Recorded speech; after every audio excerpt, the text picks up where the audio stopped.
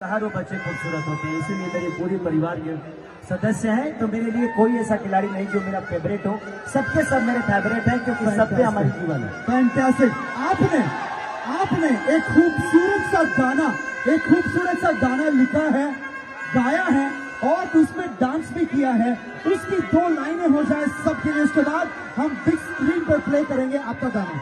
वो number 1 trending भी कर रहा है, उसका टीजर भी ट्रेंड कर रहा था। यस, नंबर 2 पे टीजर है, नंबर 1 पे गाना ट्रेंड कर रहा है। थैंक यू सो मच मेरी ऑडियंस को कि आप लोग इतना प्यार। अरे कि मारे ना छक्का मारे चौवा, कि मारे ना छक्का मारे चौवा, देखो सुपर जायंट्स लखनऊ।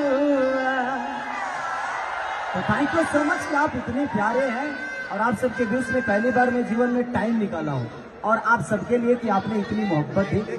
और जाने से पहले ये आपका गाना जो ट्रेंडिंग कर रहा है, जो नंबर 1 पे है, बिग स्क्रीन पर हम बजाने वाले हैं। आप हमारे साथ थोड़ा गाएंगे, थोड़ा डांस भी कर लेंगे तो मजा आ जाएगा। मैं अकेले नहीं नाचूंगा, सब नाचोगे ना।